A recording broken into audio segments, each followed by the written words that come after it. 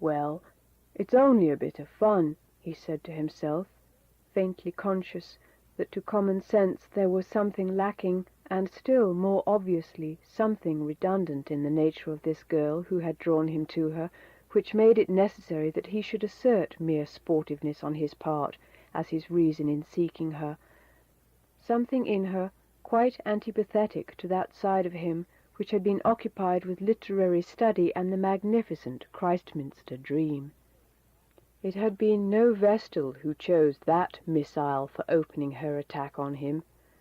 He saw this with his intellectual eye just for a short, fleeting while, as by the light of a falling lamp one might momentarily see an inscription on a wall before being enshrouded in darkness. And then this passing discriminative power was withdrawn, and Jude was lost to all conditions of things in the advent of a fresh and wild pleasure, found a new channel for emotional interest hitherto unsuspected, though it had lain close beside him. He was to meet this enkindling one of the other sex on the following Sunday. Meanwhile, the girl had joined her companions, and she silently resumed her flicking and sousing of the chitterlings in the pellucid stream. "Catchton, my dear?" laconically asked the girl called Annie. "I don't know. I wish I had thrown something else than that," regretfully murmured Arabella. "Lord, he's nobody, though you med think so. He used to drive old Drusilla Fawley's bread cart out at Mary Green till he prenticed himself at Averstone. Since then he's been very stuck up and always reading.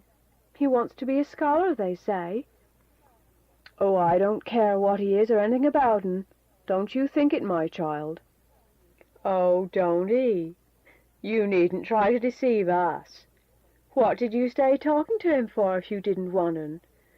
Whether you do or whether you don't, he's as simple as a child.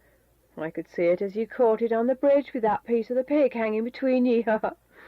What a proper thing to court over! Well, he's to be had by any woman who can get him to care for her a bit if she likes to set herself to catch him in the right way." 7. The next day, Jude Fawley was pausing in his bedroom with the sloping ceiling, looking at the books on the table, and then at the black mark on the plaster above them, made by the smoke of his lamp in past months. It was Sunday afternoon, 24 hours after his meeting with Arabella Donn. During the whole bygone week, he had been resolving to set this afternoon apart for a special purpose, the rereading of his Greek Testament, his new one, with better type than his old copy, following Griesbach's text as amended by numerous correctors, and with variorum readings in the margin. He was proud of the book, having obtained it by boldly writing to its London publisher, a thing he had never done before. He had anticipated much pleasure in this afternoon's reading under the quiet roof of his great-aunt's house as formerly, where he now slept only 2 nights a week.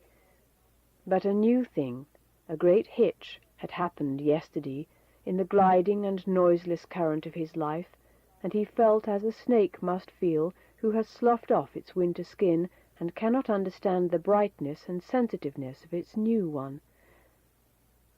He would not go out to meet her after all.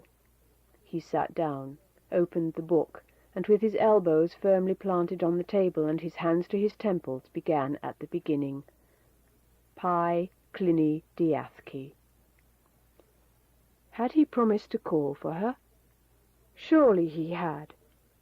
She would wait indoors, poor girl, and waste all her afternoon on account of him.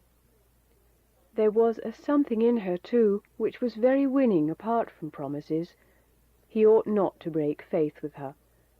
Even though he had only Sundays and weekday evenings for reading, he could afford one afternoon, seeing that other young men afforded so many. After today, he would never probably see her again. Indeed, it would be impossible, considering what his plans were. In short, as if materially, a compelling arm of extraordinary muscular power seized hold of him, something which had nothing in common with the spirits and influences that had moved him hitherto. This seemed to care little for his reason and his will, nothing for his so-called elevated intentions, and moved him along as a violent schoolmaster a schoolboy he has seized by the collar, in a direction which tended towards the embrace of a woman for whom he had no respect, and whose life had nothing in common with his own except locality. Pi Clini Diathki was suddenly closed, and the predestinate Jude sprang up and across the room. Foreseeing such an event, he had already arrayed himself in his best clothes. In 3 minutes he was out of the house and descending by the path across the wide vacant hollow of corn ground which lay between the village and the isolated house of Arabella in the dip beyond the upland. As he walked, he looked at his watch. He could be back in 2 hours easily, and a good long time would still remain for him for reading after tea.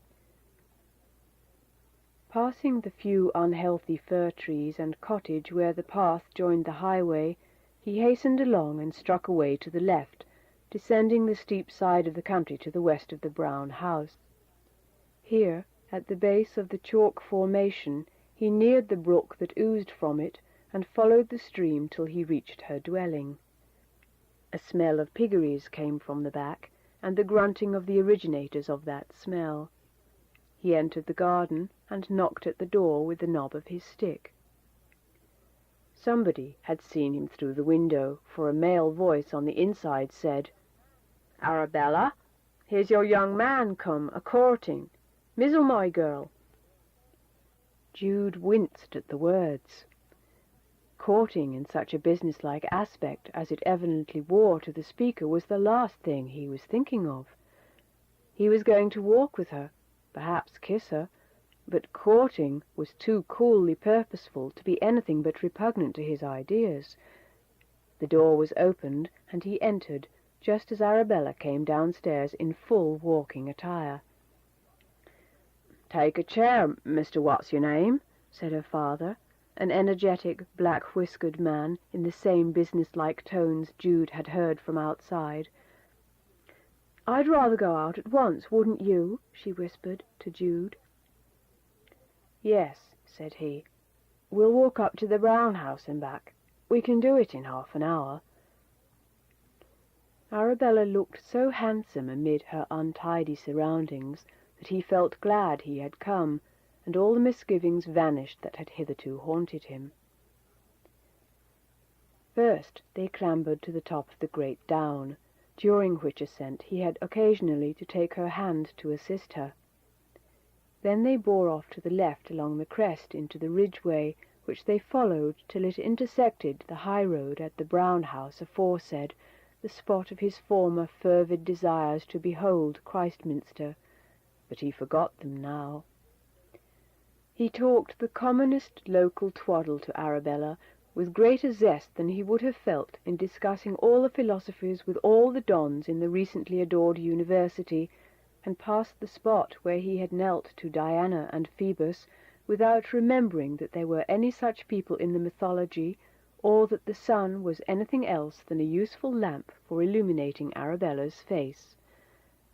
An indescribable lightness of heel served to lift him along, and Jude, the incipient scholar, prospective D.D., professor, bishop, or what not, felt himself honoured and glorified by the condescension of this handsome country wench in agreeing to take a walk with him in her Sunday frock and ribbons. They reached the Brown House barn, the point at which he had planned to turn back. While looking over the vast northern landscape from this spot, they were struck by the rising of a dense volume of smoke from the neighbourhood of the little town which lay beneath them, at a distance of a couple of miles. "It is a fire," said Arabella. "Let's run and see it, do. It's not far." The tenderness which had grown up in Jude's bosom left him no will to thwart her inclination now, which pleased him in affording him excuse for a longer time with her. They started off down the hill almost at a trot, but on gaining level ground at the bottom, and walking a mile, they found that the spot of the fire was much further off than it had seemed. Having begun their journey, however, they pushed on, but it was not till 5 o'clock that they found themselves on the scene, the distance being altogether about 6 miles from Mary Green and 3 from Arabella's. The conflagration had been got under by the time they reached it, and after a short inspection of the melancholy ruins, they retraced their steps, their course lying through the town of Alfredston. Arabella said she would like some tea, and they entered an inn of an inferior class and gave their order. As it was not for beer, they had a long time to wait. The maidservant recognized Jude, and whispered her surprise to her mistress in the background, that he, the student, who kept hisself up so particular, should have suddenly descended so low as to keep company with Arabella.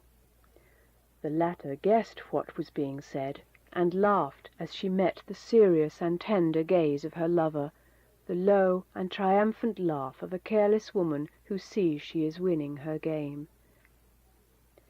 They sat and looked round the room, and at the picture of Samson and Delilah which hung on the wall, and at the circular beer stains on the table, and at the spittoons underfoot filled with sawdust. The whole aspect of the scene had that depressing effect on Jude which few places can produce, like a tap-room on a Sunday evening, when the setting sun is slanting in, and no liquor is going, and the unfortunate wayfarer finds himself with no other haven of rest. It began to grow dusk. They could not wait longer, really, they said. "Yet what else can we do?" asked Jude. "It is a 3-mile walk for you." "I suppose we can have some beer," said Arabella. "Beer? Oh, yes. I had forgotten that. Somehow it seems odd to come to a public house for beer on a Sunday evening." "But we didn't." "No, we didn't."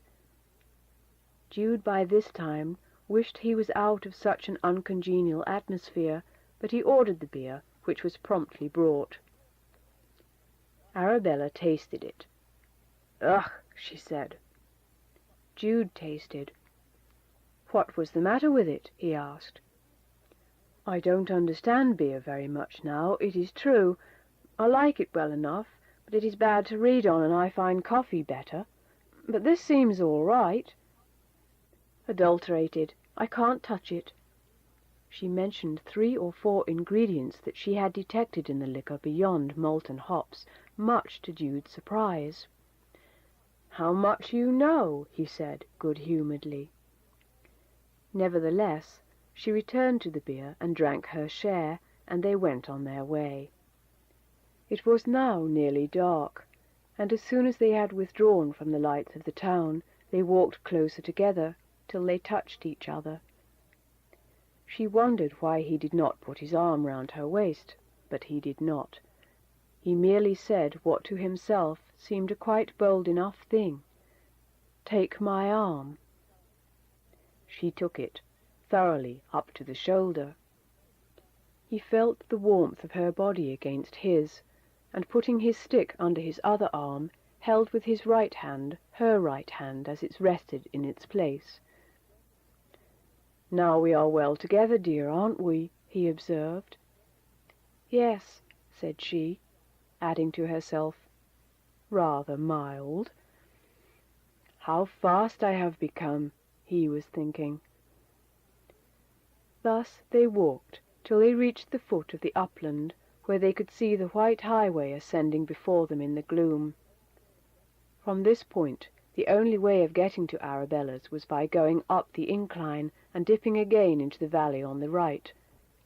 Before they had climbed far, they were nearly run into by 2 men who had been walking on the grass unseen. "These lovers. You find 'em out of doors in all seasons and weathers.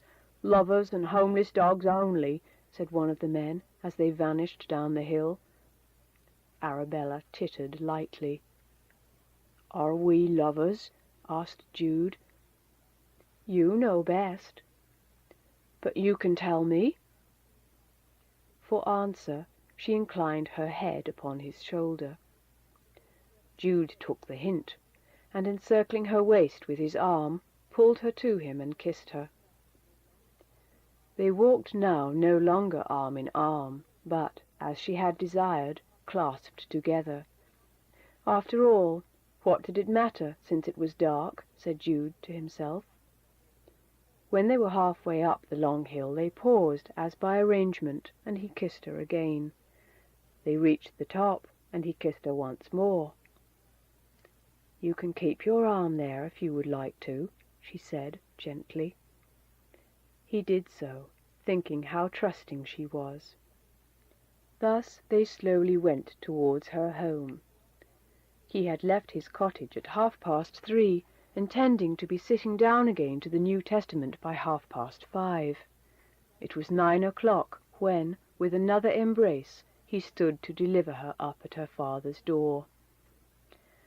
She asked him to come in, if only for a minute, as it would seem so odd otherwise, as if she had been out alone in the dark. He gave way and followed her in.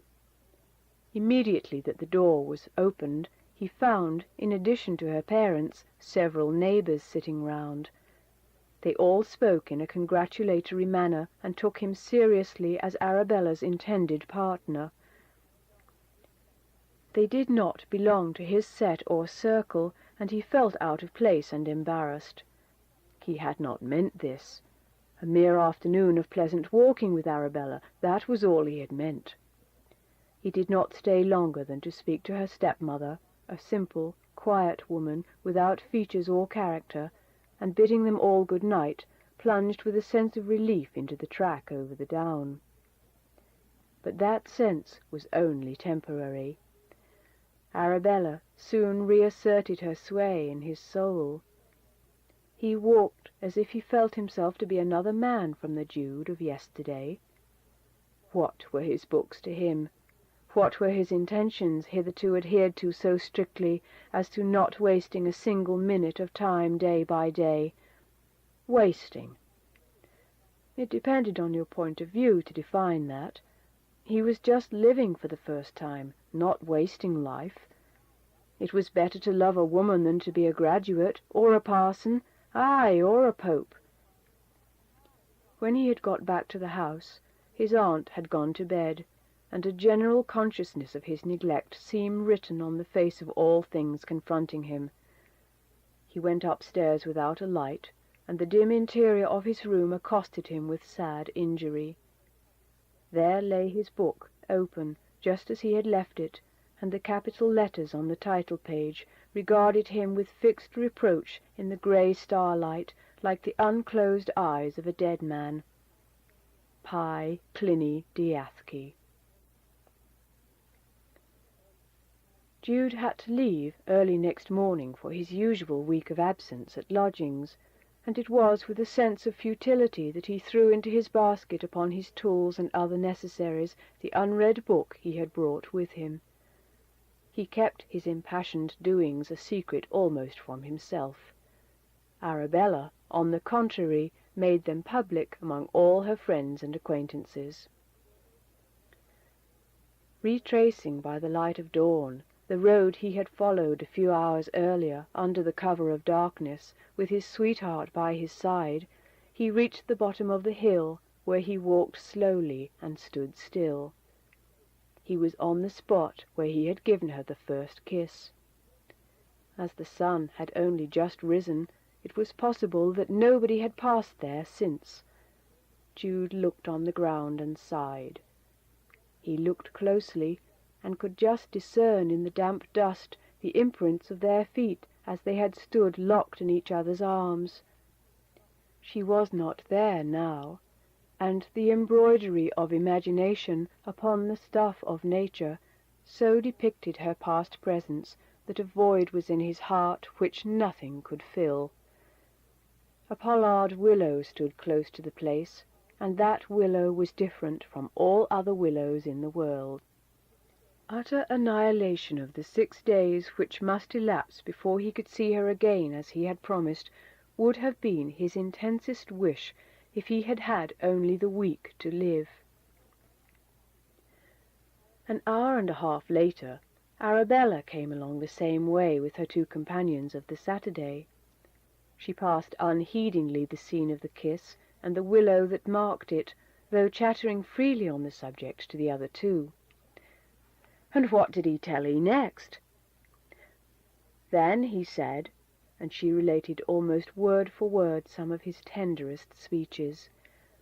If Jude had been behind the fence, he would have felt not a little surprised at learning how very few of his sayings and doings on the previous evening were private. "You've got him to care for 'ee a bit, nation if you han't," murmured Annie, judicially. "It's well to be you." In a few moments Arabella replied, in a curiously low, fierce tone of latent sensuousness, "I've got him to care for me, yes. But I want him to more than care for me.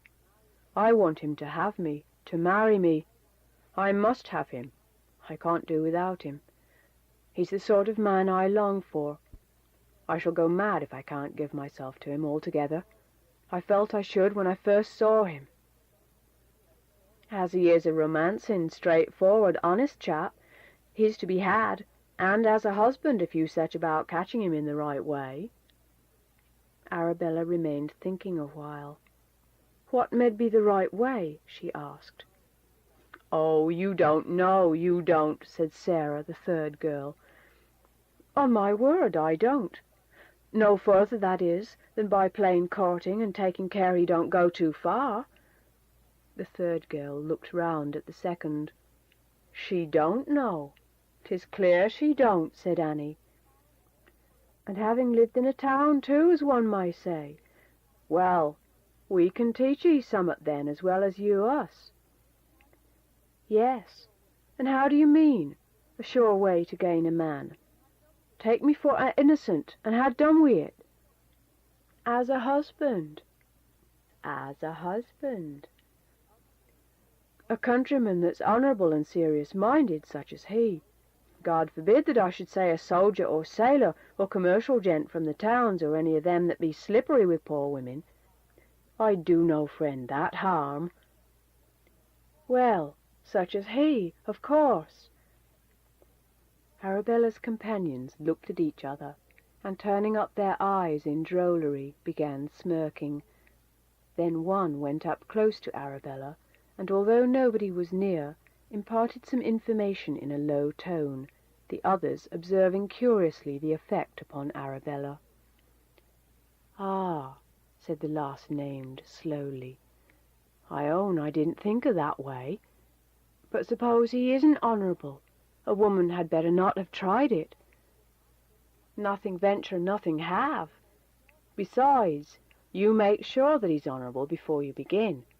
You'd be safe enough with yours. I wish I had the chance. Lots of girls do it, or do you think they'd get married at all?" Arabella pursued her way in silent thought. "I'll try it," she whispered, but not to them. 8. One week's end. Jude was as usual walking out to his aunt's at Mary Green from his lodgings in Alfredston, a walk which now had large attractions for him quite other than his desire to see his aged and morose relative. He diverged to the right before ascending the hill, with the single purpose of gaining, on his way, a glimpse of Arabella that should not come into the reckoning of regular appointments.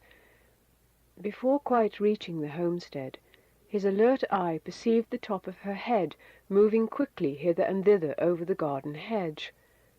Entering the gate, he found that 3 young unfattened pigs had escaped from their sty by leaping clean over the top, and that she was endeavouring, unassisted, to drive them in through the door which she had set open.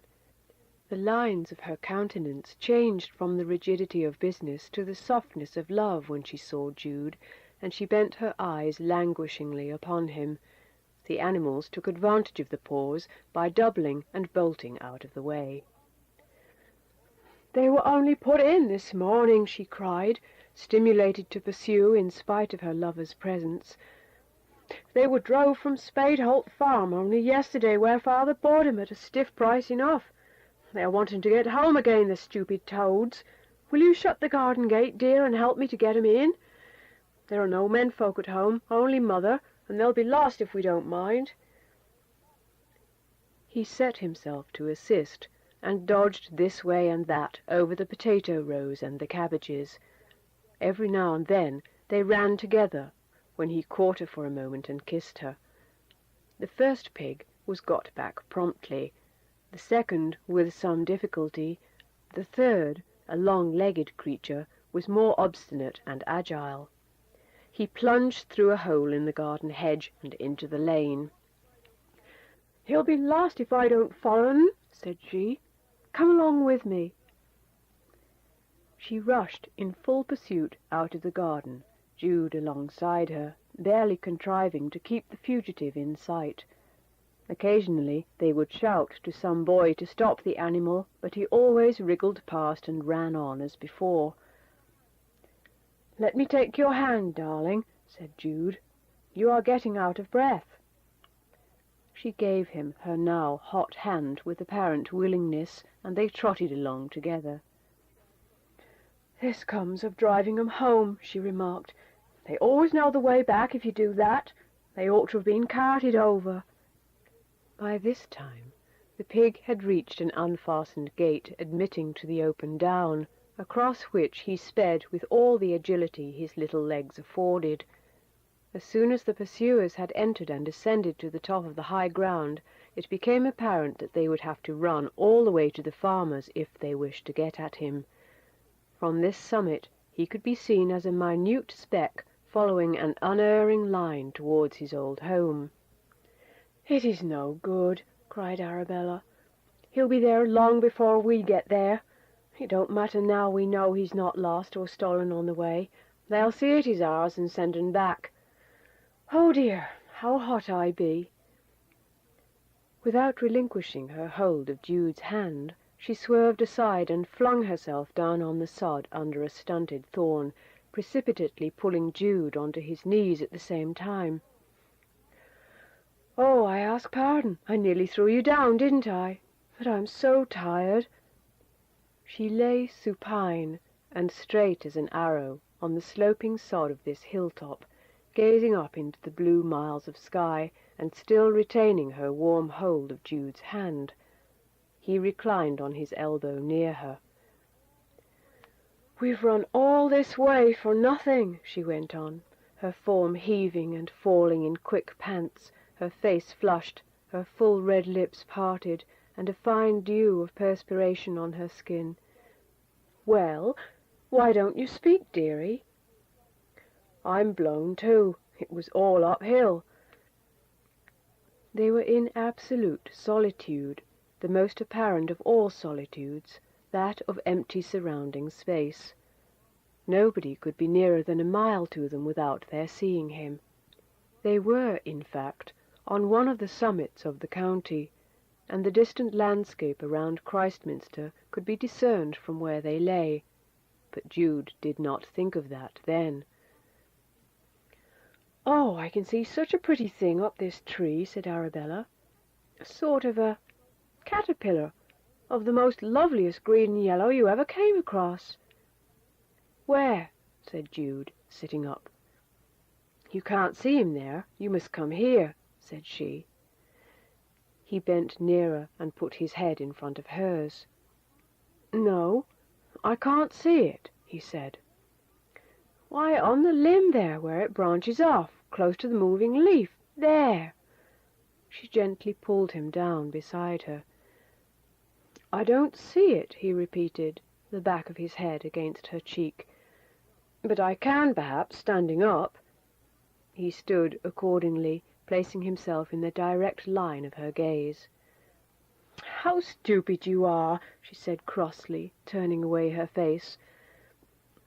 "I don't care to see it, dear. Why should I?" he replied, looking down upon her. "Get up, Abby." "Why?" "I want you to let me kiss you. I've been waiting ever so long." She rolled round her face, remained a moment looking deedily aslant at him, then with a slight curl of the lip sprang to her feet, and exclaiming abruptly, I must mizzle," walked off quickly homeward. Jude followed and rejoined her. "Just one," he coaxed. "Shan't," she said. He, surprised. "What's the matter?" She kept her two lips resentfully together, and Jude followed her like a pet lamb till she slackened her pace and walked beside him, talking calmly on indifferent subjects, and always checking him if he tried to take her hand or clasp her waist. Thus they descended to the precincts of her father's homestead, and Arabella went in, nodding good-bye to him with a supercilious, affronted air. "I expect I took too much liberty with her somehow," Jude said to himself, as he withdrew with a sigh and went on to Mary Green.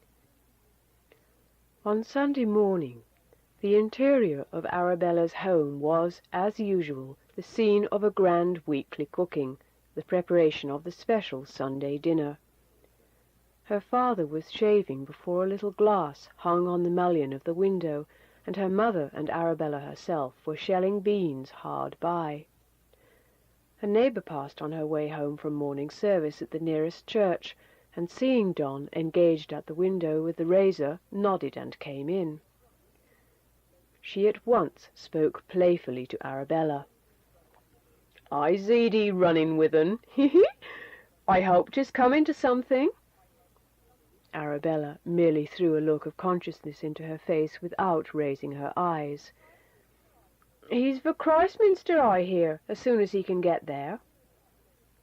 "Have you heard that lately, quite lately?" asked Arabella, with a jealous, tigerish indrawing of breath. "Oh, no, but it has been known a long time that it is his plan. He's only waiting here for an opening. Ah, well, he must walk about with somebody, I suppose. Young men don't mean much nowadays. 'Tis a sip here and a sip there with 'em. 'Twas different in my time." When the gossip had departed, Arabella said suddenly to her mother, "I want you and father to go and inquire how the Edlins be this evening after tea. Or no, there's evening service at Fensworth. You can walk to that." "Oh, what's up tonight, then?" "Nothing. Only I want the house to myself. He's shy, and I can't get 'n to come in when you are here. I shall let him slip through my fingers if I don't mind, much as I care for 'n." "If it is fine, we med as well go, since you wish." In the afternoon, Arabella met and talked with Jude, who had now for weeks ceased to look into a book of Greek, Latin, or any other tongue.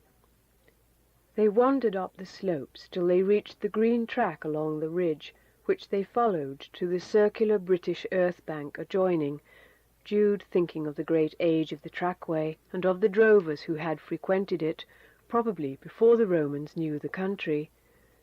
Up from the level lands below them floated the chime of church bells. Presently they were reduced to one note, which quickened and stopped. "Now we'll go back," said Arabella, who had attended to the sounds. Jude assented. So long as he was near her, he minded little where he was. When they arrived at her house, he said lingeringly, "I won't come in. Why are you in such a hurry to go in tonight? It's not near dark." "Wait a moment," said she. She tried the handle of the door and found it locked. "Ah, they're gone to church," she added, and searching behind the scraper, she found the key and unlocked the door.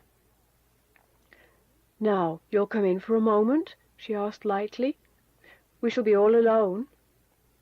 "Certainly," said Jude with alacrity, the case being unexpectedly altered. Indoors they went. Did he want any tea? No, it was too late. He would rather sit and talk to her. She took off her jacket and hat, and they sat down, naturally enough, close together. "Don't touch me, please," she said softly. "I am part eggshell, or perhaps I had better put it in a safe place."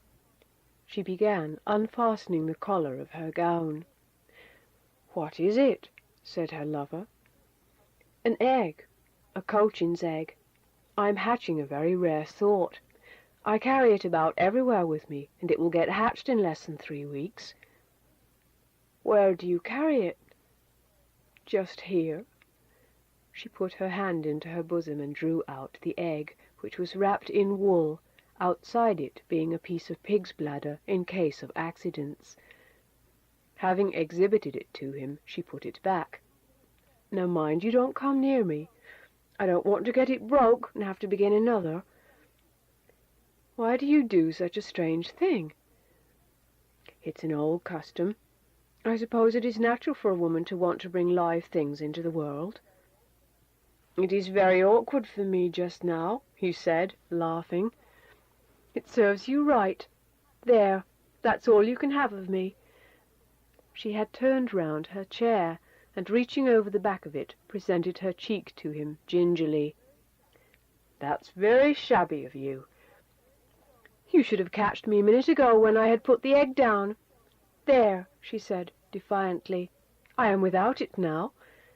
She had quickly withdrawn the egg a second time, but before he could quite reach her she had put it back as quickly, laughing with the excitement of her strategy. Then there was a little struggle, Jude making a plunge for it and capturing it triumphantly. Her face flushed, and becoming suddenly conscious, he flushed also. They looked at each other, panting, till he rose and said, "One kiss. Now I can do it without damage to property, and I'll go." But she had jumped up too. "You must find me first," she cried. Her lover followed her as she withdrew. It was now dark inside the room, and the window being small, he could not discover for a long time what had become of her, till a laugh revealed her to have rushed up the stairs, whither Jude rushed at her heels. 9. It was some 2 months later in the year, and the pair had met constantly during the interval. Arabella seemed dissatisfied. She was always imagining and waiting and wondering. One day she met the itinerant Vilbert. She, like all the cottagers thereabout, knew the quack well, and she began telling him of her experiences. Arabella had been gloomy, but before he left her she had grown brighter. That evening she kept an appointment with Jude, who seemed sad. "I am going away," he said to her. "I think I ought to go. I think it will be better both for you and for me. I wish some things had never begun. I was much to blame, I know, but it is never too late to mend." Arabella began to cry. "How do you know it's not too late?" she said. "That's all very well to say. I haven't told you yet." And she looked into his face with streaming eyes. "What?" he asked, turning pale. "Not—" "Yes, and what shall I do if you desert me?" "Oh, Arabella, how can you say that, my dear? You know I wouldn't desert you."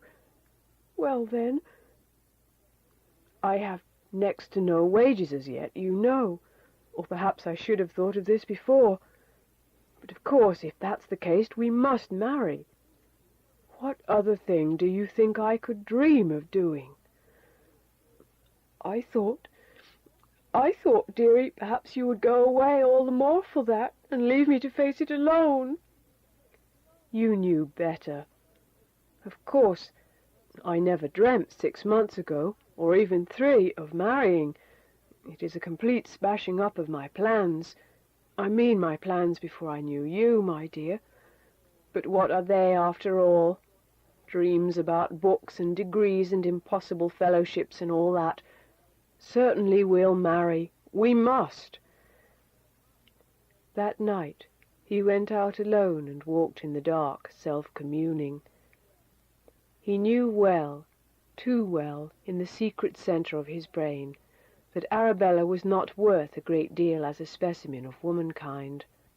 Yet, such being the custom of the rural districts among honourable young men who had drifted so far into intimacy with a woman as he unfortunately had done, he was ready to abide by what he had said and take the consequences.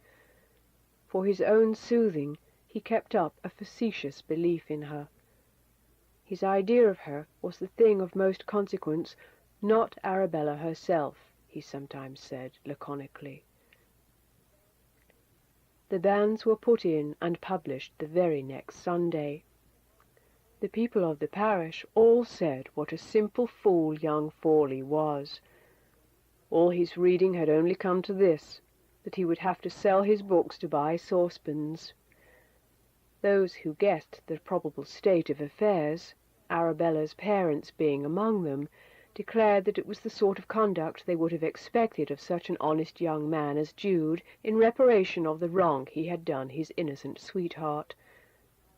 The parson who married them seemed to think it satisfactory too. And so, standing before the aforesaid officiator, the two swore that at every other time of their lives, till death took them, they would assuredly believe, feel, and desire precisely as they had believed, felt, and desired during the few preceding weeks. What was as remarkable as the undertaking itself was the fact that nobody seemed at all surprised at what they swore. Fawley's aunt being a baker, she made him a bride cake, saying bitterly that it was the last thing she could do for him, poor silly fellow, and that it would have been far better if, instead of his living to trouble her, he had gone underground years before with his father and mother. Of this cake Arabella took some slices, wrapped them up in white note-paper, and sent them to her companions in the pork-dressing business, Annie and Sarah, labelling each packet, "In remembrance of good advice." The prospects of the newly married couple were certainly not very brilliant, even to the most sanguine mind. He, a stonemason's apprentice, 19 years of age, was working for half wages till he should be put out of his time. His wife was absolutely useless in a town lodging, where he at first had considered it would be necessary for them to live, but the urgent need of adding to income in ever so little a degree caused him to take a lonely roadside cottage between the Brown House and Mary Green, that he might have the profits of a vegetable garden, and utilize her past experiences by letting her keep a pig. But it was not the sort of life he had bargained for, and it was a long way to walk to and from Alfredston every day. Arabella, however, felt that all these makeshifts were temporary. She had gained a husband, that was the thing, a husband with a lot of earning power in him for buying her frocks and hats when he should begin to get frightened a bit, and stick to his trade, and throw aside those stupid books for practical undertakings. So to the cottage he took her on the evening of the marriage, giving up his old room at his aunt's, where so much of the hard labour at Greek and Latin had been carried on. A little chill overspread him at her first unrobing. A long tail of hair, which Arabella wore twisted up in an enormous knob at the back of her head, was deliberately unfastened, stroked out, and hung upon the looking-glass which he had bought her. "What, it wasn't your own?" he said, with a sudden distaste for her. "Oh, no, it never is nowadays with the better class." "Nonsense! Perhaps not in towns, but in the country it is supposed to be different. Besides, you've enough of your own, surely." "Yes, enough as country notions go, but in town the men expect more, and when I was a barmaid at Albrickham—" "Barmaid at Albrickham?" "Barmaid at Albrickham? Well, not exactly barmaid. I used to draw the drink at a public house there, just for a little time, that was all. Some people put me up into getting this, and I bought it just for a fancy. The more you have the better in Aldbrickham, which is a finer town than all your Christminsters. Every lady of position wears false hair. The barber's assistant told me so." Jude thought, with a feeling of sickness, that though this might be true to some extent, for all that he knew, many unsophisticated girls would and did go to towns and remain there for years without losing their simplicity of life and embellishments. Others, alas, had an instinct towards artificiality in their very blood, and became adepts in counterfeiting at the first glimpse of it. However, perhaps there was no great sin in a woman adding to her hair, and he resolved to think no more of it. A new-made wife can usually manage to excite interest for a few weeks, even though the prospects of the household ways and means are cloudy. There is a certain piquancy about her situation, and her manner to her acquaintance at the sense of it, which carries off the gloom of facts, and renders even the humblest bride independent a while of the real. Mrs. Jude Fawley was walking in the streets of Alfredston one market day, with this quality in her carriage, when she met Annie, her former friend, whom she had not seen since the wedding. As usual, they laughed before talking. The world seemed funny to them without saying it. "So it turned out a good plan, you see," remarked the girl to the wife. "I knew it would with such as him. He's a dear good fellow, and you ought to be proud of him."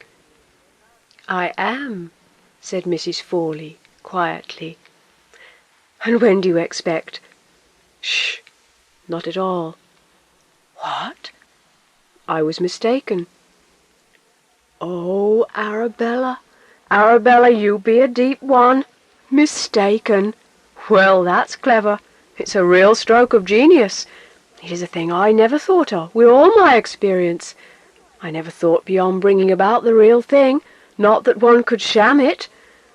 Don't you be too quick to cry sham. 'Twasn't sham. I didn't know. My word, won't he be in a taking? He'll give it to 'ee o' Saturday nights. Whatever it was, he'll say it was a trick, a double one, by the Lord. I'll own to the first, but not to the second. Pooh, he won't care. He'll be glad I was wrong in what I said.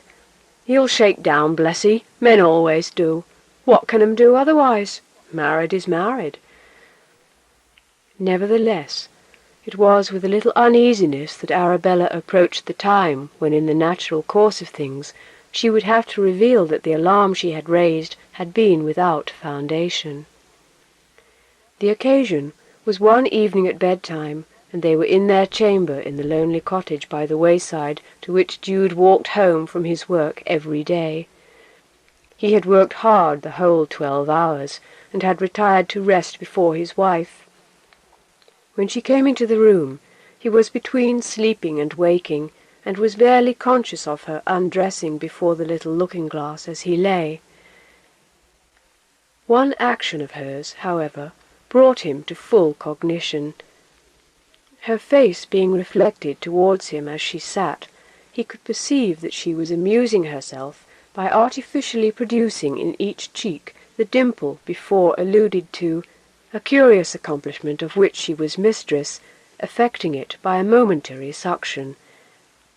It seemed to him for the first time that the dimples were far oftener absent from her face during his intercourse with her nowadays than they had been in their earlier weeks of their acquaintance. "Don't do that, Arabella," he said suddenly.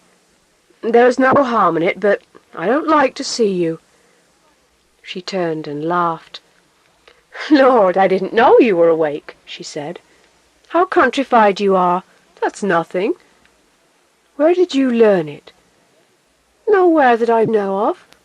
They used to stay without any trouble when I was at the public house, but now they won't. My face was fatter then." "I don't care about dimples. I don't think they improve a woman, particularly a married woman and a full-sized figure like you." "Most men think otherwise."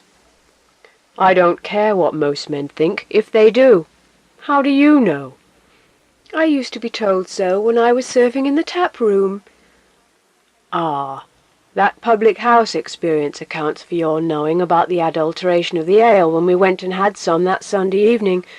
I thought when I married you that you'd always lived at your father's house. You ought to have known better than that, and seen I was a little more finished than I could have been by staying where I was born. There was not much to do at home, and I was eating my head off, so I went away for 3 months. You'll soon have plenty to do now, dear, won't you? How do you mean? Why, of course, little things to make. Oh, when will it be? Can't you tell me exactly instead of in such general terms as you have used? Tell you? Yes, the date. There's nothing to tell. I made a mistake. What? It was a mistake. He sat bolt upright in bed and looked at her. How can that be? Women fancy wrong things sometimes. But, why, of course, so unprepared as I was, without a stick of furniture and hardly a shilling, I wouldn't have hurried on our affair and brought you to a half-furnished hut before I was ready, if it had not been for the news you gave me, which made it necessary to save you, ready or no. Good God! Don't take on, dear. What's done can't be undone. I have no more to say. He gave the answer simply and lay down, and there was silence between them. When Jude awoke the next morning, he seemed to see the world with a different eye. As to the point in question, he was compelled to accept her word. In the circumstances, he could not have acted otherwise while ordinary notions prevailed. But how came they to prevail? There seemed to him, vaguely and dimly, something wrong in a social ritual which made necessary a cancelling of well-formed schemes involving years of thought and labour, of foregoing a man's one opportunity of showing himself superior to the lower animals, and of contributing his units of work to the general progress of his generation, because of a momentary surprise by a new and transitory instinct which had nothing in it of the nature of vice, and could be only at the most called weakness. He was inclined to inquire what he had done, or she lost for that matter, that he deserved to be caught in a gin which would cripple him, if not her also, for the rest of a lifetime. There was, perhaps, something fortunate in the fact that the immediate reason of his marriage had proved to be non-existent, but the marriage remained. 10. The time arrived for killing the pig which Jude and his wife had fattened in their sty during the autumn months, and the butchering was timed to take place as soon as it was light in the morning, so that Jude might get to Alfredston without losing more than a quarter of a day. The night had seemed strangely silent. Jude looked out of the window long before dawn, and perceived that the ground was covered with snow rather deep for the season, it seemed, a few flakes still falling. "I'm afraid the pig-killer won't be able to come," he said to Arabella. "Oh, he'll come. You must get up and make the water hot if you want Challow to scald him, though I like singeing best." "I'll get up," said Jude. "I like the way of my own county." He went downstairs, lit the fire under the copper, and began feeding it with beanstalks, all the time without a candle, the blaze flinging a cheerful shine into the room, though for him the sense of cheerfulness was lessened by thoughts on the reason of that blaze. To heat water, to scald the bristles from the body of an animal that as yet lived, and whose voice could be continually heard from a corner of the garden. At 6:30, the time of appointment with the butcher, the water boiled, and Jude's wife came downstairs. "Is Challow come?" she asked. "No." They waited, and it grew lighter, with the dreary light of a snowy dawn. She went out, gazed along the road, and returning said, "He's not coming. Drunk last night, I expect. The snow is not enough to hinder him, surely." Then we must put it off. It is only the water boiled for nothing. The snow may be deep in the valley. Can't be put off. There's no more victuals for the pig. He ate the last mixing of barley meal yesterday morning. Yesterday morning?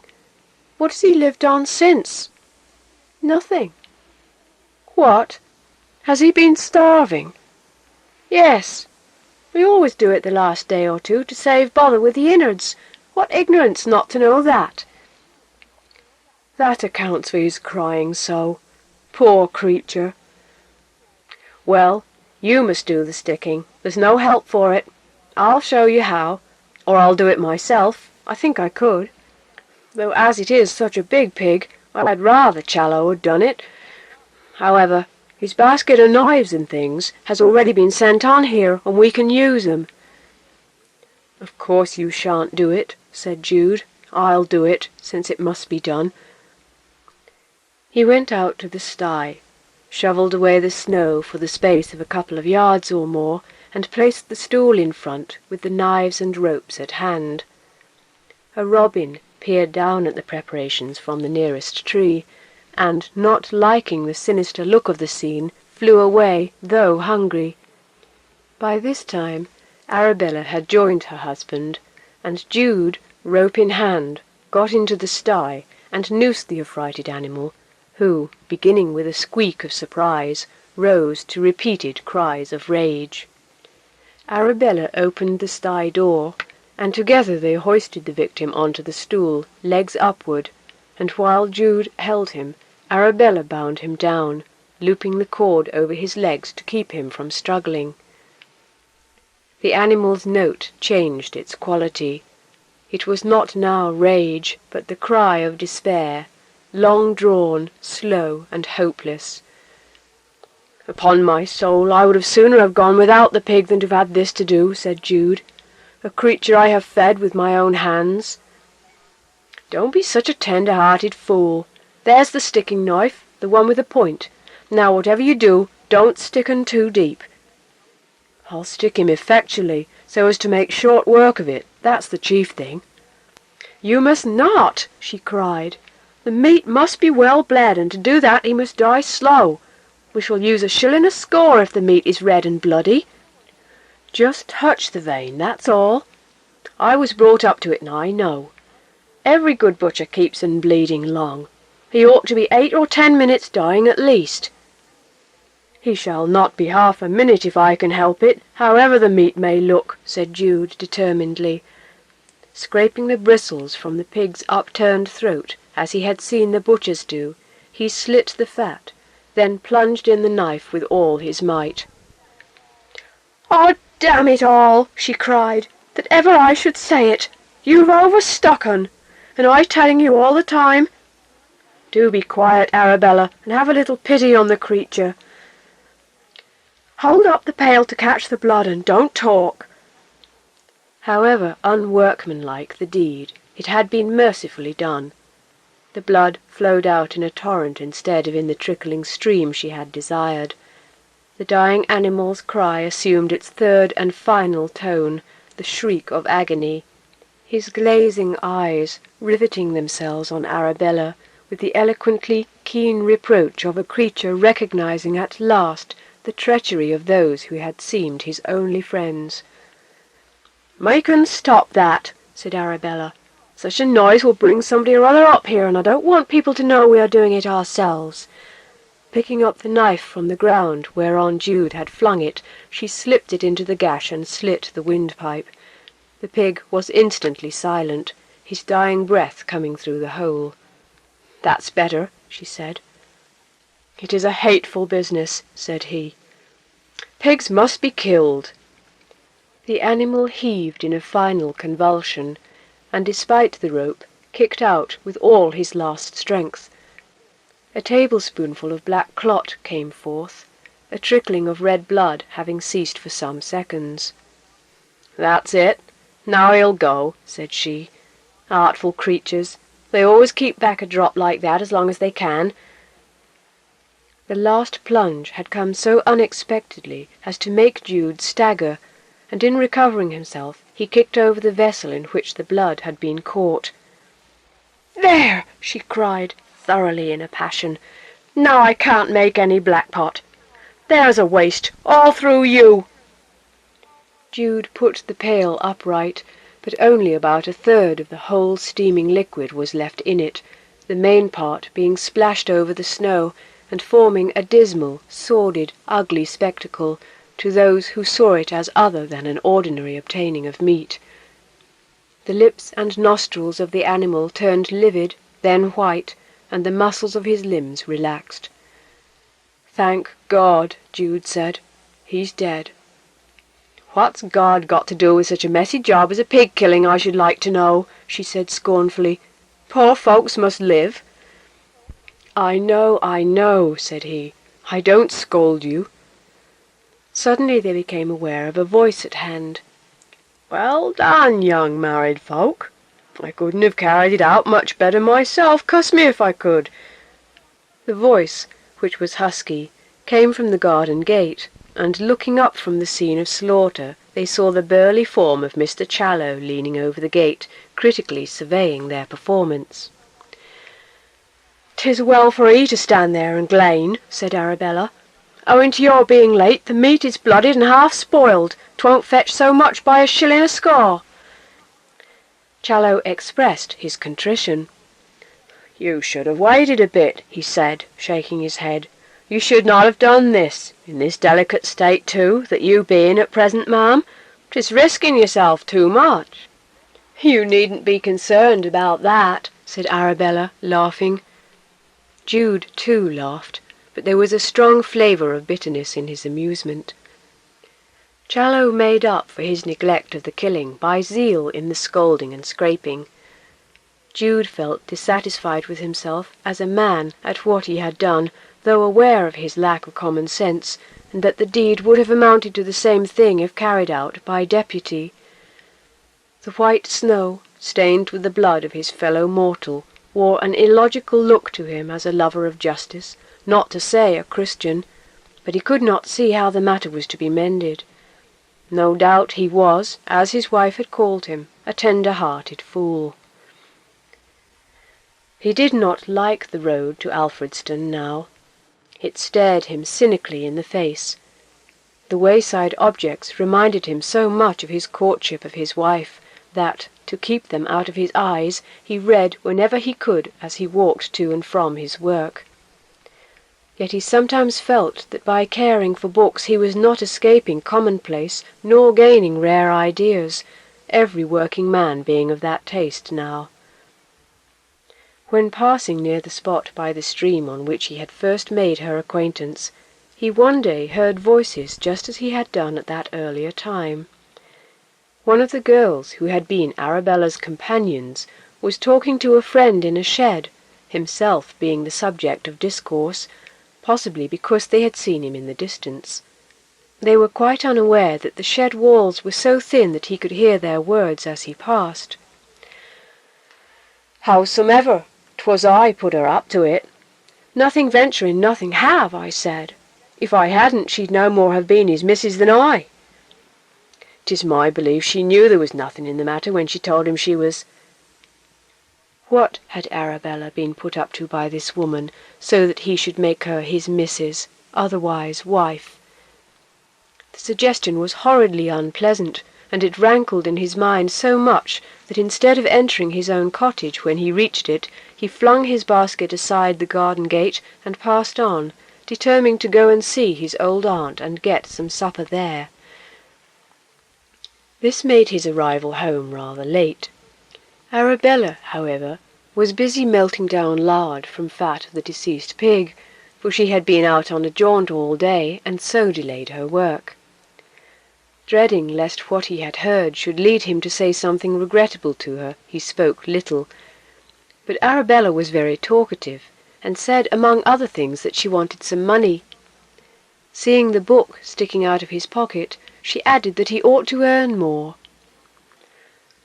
"An apprentice's wages are not meant to be enough to keep a wife on, as a rule, my dear." "Then you shouldn't have had one." "Come, Arabella, that's too bad when you know how it came about. I declare afore heaven that I thought what I told you was true. Dr. Vilbert thought so. It was a good job for you that it wasn't so." "I don't mean that," he said hastily. "I mean before that time. I know it was not your fault, but those women friends of yours gave you bad advice.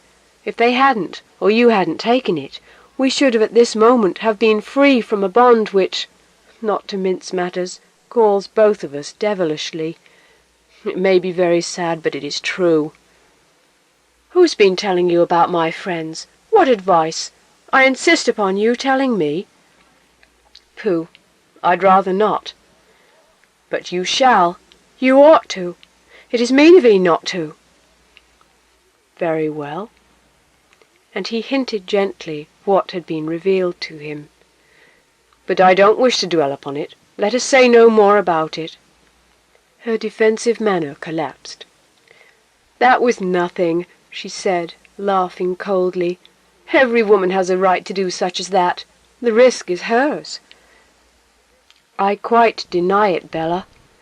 She might, if no lifelong penalty attached to it for the man, or, in his default, for herself. If the weakness of the moment could end with the moment, or even with the year.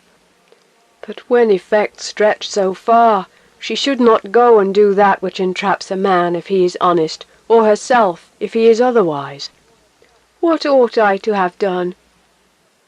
Given me time.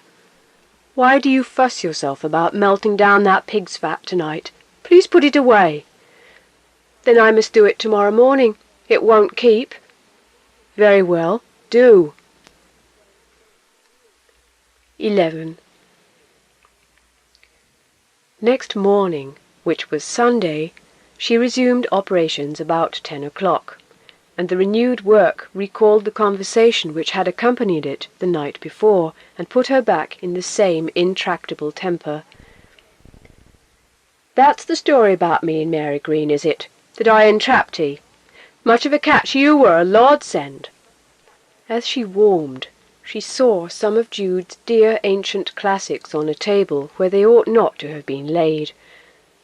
"I won't have them books here in the way," she cried petulantly, and seizing them one by one she began throwing them upon the floor.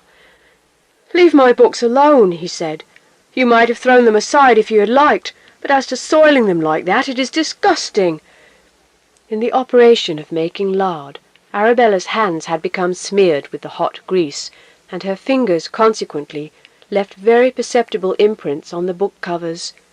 She continued deliberately to toss the books severally upon the floor, till Jude, incensed beyond bearing, caught her by the arms to make her leave off. Somehow, in going so, he loosened the fastening of her hair, and it rolled about her ears. "Let me go," she said. "Promise to leave the books alone." She hesitated. "Let me go," she repeated. "Promise." After a pause. "I do." Jude relinquished his hold, and she crossed the room to the door, out of which she went with a set face and into the highway. Here she began to saunter up and down, perversely pulling her hair into a worse disorder than he had caused, and unfastening several buttons of her gown. It was a fine Sunday morning, dry, clear, and frosty, and the bells of Alfredston Church could be heard on the breeze from the north. People were going along the road, dressed in their holiday clothes. They were mainly lovers, such pairs as Jude and Arabella had been when they sported along the same track some months earlier. These pedestrians turned to stare at the extraordinary spectacle she now presented, bonnetless, her dishevelled hair blowing in the wind, her bodice apart, her sleeves rolled above her elbows for her work, and her hands reeking with melted fat. One of the passers said in mock terror, "Good Lord, deliver us!" "See how he served me," she cried, "making me work Sunday mornings when I ought to be going to my church, and tearing my hair off my head and my gown off my back." Jude was exasperated, and went out to drag her in by main force. Then he suddenly lost his heat. Illuminated with a sense that all was over between them, and that it mattered not what she did, or he, her husband stood still, regarding her. Their lives were ruined, he thought, ruined by the fundamental error of their matrimonial union, that of having based a permanent contract on a temporary feeling which had no necessary connection with affinities that alone render a lifelong comradeship tolerable. "Going to ill-use me on principle, as your father ill-used your mother and your father's sister ill-used her husband?" she asked. "All you be a queer lot as husbands and wives." Jude fixed an arrested, surprised look on her, but she said no more, and continued her saunter till she was tired. He left the spot, and after wandering vaguely a little while, walked in the direction of Mary Green. Here he called upon his great-aunt, whose infirmities daily increased. "Aunt, did my father ill-use my mother, and my aunt her husband?" said Jude abruptly, sitting down by the fire. She raised her ancient eyes under the rim of the bygone bonnet that she always wore. "Who's been telling you that?" she said. "I have heard it spoken of, and I want to know all." "You med so well, I s'pose, though your wife, I reckon 'twas she, must have been a fool to open up that. There isn't much to know, after all. Your father and mother couldn't get on together, and they parted. It was coming home from Alfredston market, when you were a baby, on the hill by the Brown House barn, that they had their last difference, and took leave of one another for the last time. Your mother soon afterwards died. She drowned herself, in short, and your father went away with you to South Wessex, and never came here any more." Jude recalled his father's silence about North Wessex and Jude's mother, never speaking of either till his dying day. "It was the same with your father's sister. Her husband offended her, and she so disliked living with him afterwards that she went away to London with her little maid. The Fawleys were not made for wedlock. It never seemed to sit well upon us. There's summat in our blood that won't take kindly to the notion of being bound to do what we do readily enough if not bound. That's why you ought to have hearkened to me, and not ha' married." "Where did father and mother part? By the Brown House, did you say?" "A little further on, where the road to Fenworth branches off, and the handpost stands. A gibbet once stood there, not connected with our history, but let that be." In the dusk of that evening, Jude walked away from his old aunt's as if to go home. But as soon as he reached the open down, he struck out upon it till he came to a large round pond. The frost continued, though it was not particularly sharp, and the large stars overhead came out slow and flickering. Jude put one foot on the edge of the ice, and then the other.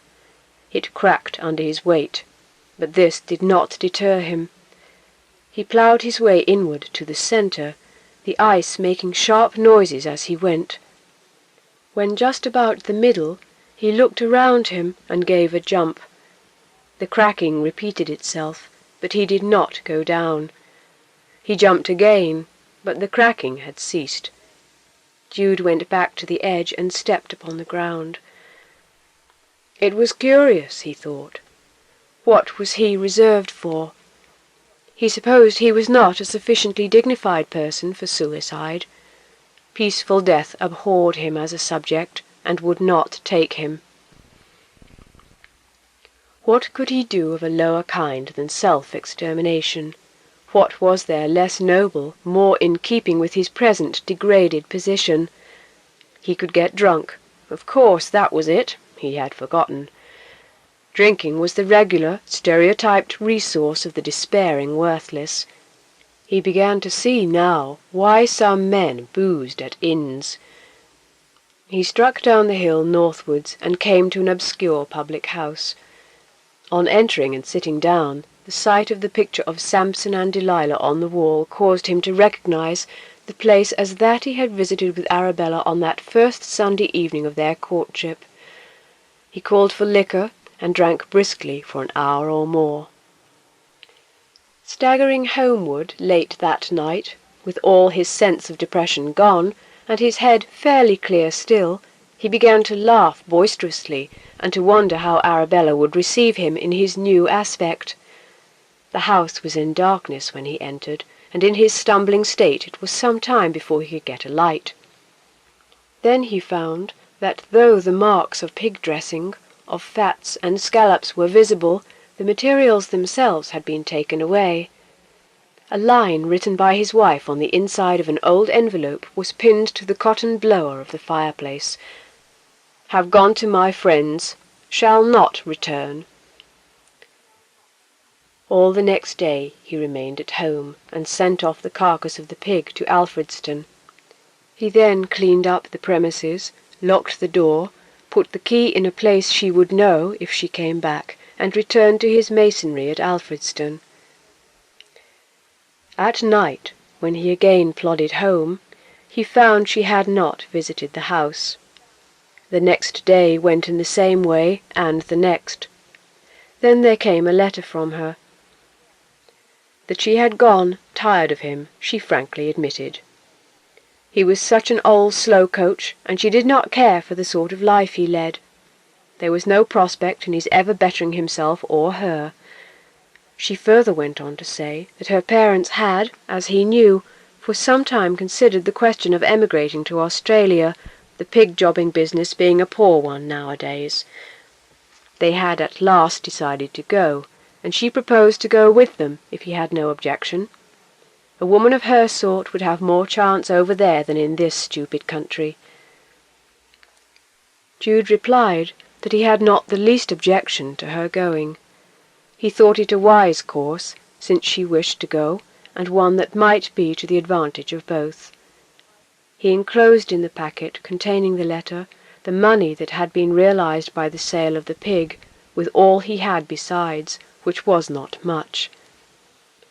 From that day he heard no more of her except indirectly, though her father and his household did not immediately leave, but waited till his goods and other effects had been sold off. When Jude learnt that there was to be an auction at the house of the Dons, he packed his own household goods into a wagon, and sent them to her at the aforesaid homestead, that she might sell them with the rest, or as many of them as she should choose. He then went into lodgings at Alfredston, and saw in a shop window the little handbill announcing the sale of his father-in-law's furniture. He noted its date, which came and passed without Jude's going near the place, or perceiving that the traffic out of Alfredston by the southern road was materially increased by the auction.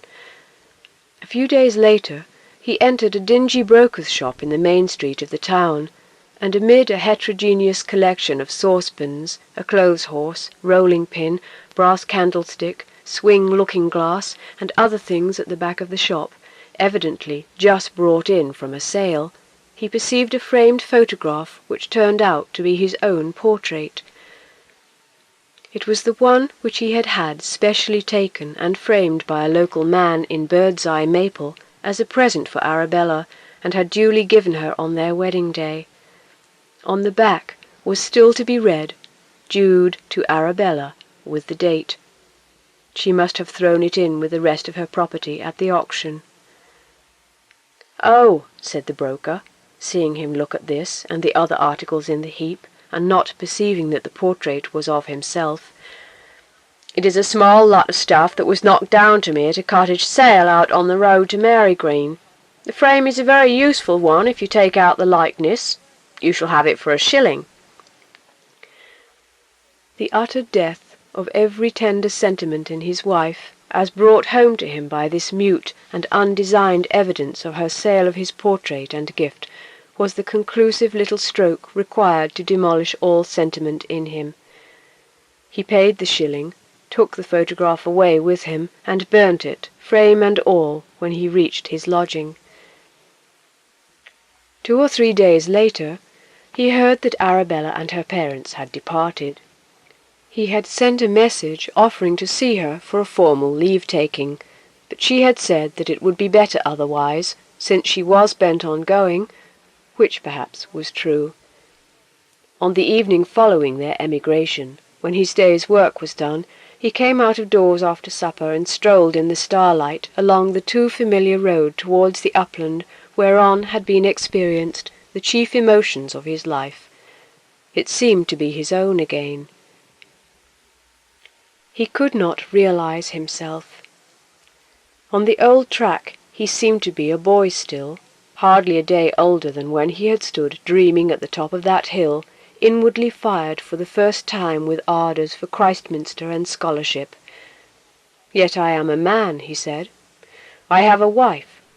More, I have arrived at the still riper stage of having disagreed with her, disliked her, had a scuffle with her, and parted from her."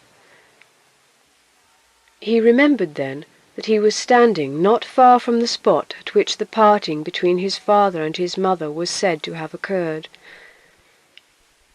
A little further on was the summit whence Christminster, or what he had taken for that city, had seemed to be visible. A milestone now, as always, stood at the roadside hard by. Jude drew near it, and felt rather than read the mileage to the city.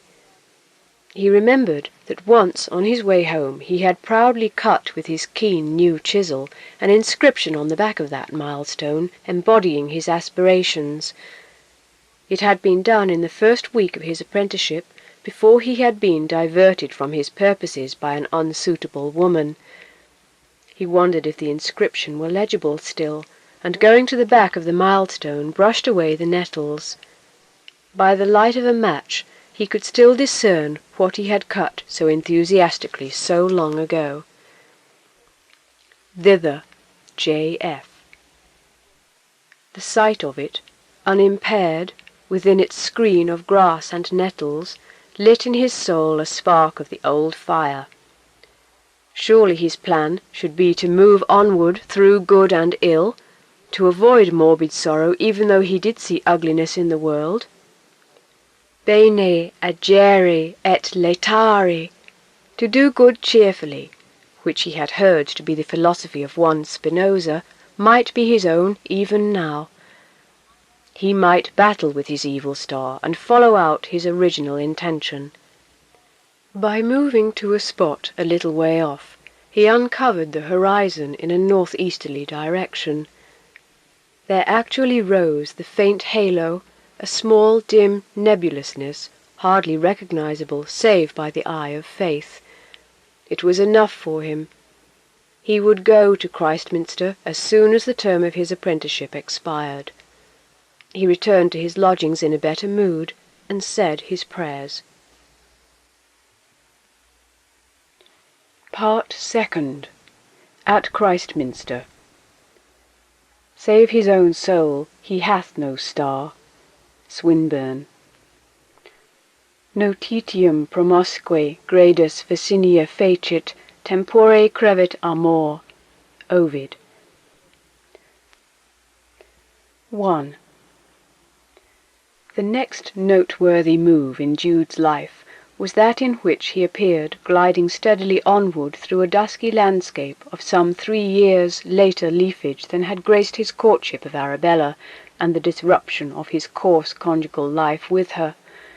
He was walking towards Christminster city, at a point a mile or 2 to the southwest of it. He had at last found himself clear of Mary Green and Alfredston. He was out of his apprenticeship, and with his tools at his back, seemed to be in the way of making a new start, the start to which, barring the interruption involved in his intimacy and married experience with Arabella, he had been looking forward for about 10 years. Jude would now have been described as a young man with a forcible, meditative, and earnest rather than handsome cast of countenance. He was of dark complexion, with dark harmonizing eyes, and he wore a closely trimmed black beard of more advanced growth than is usual at his age.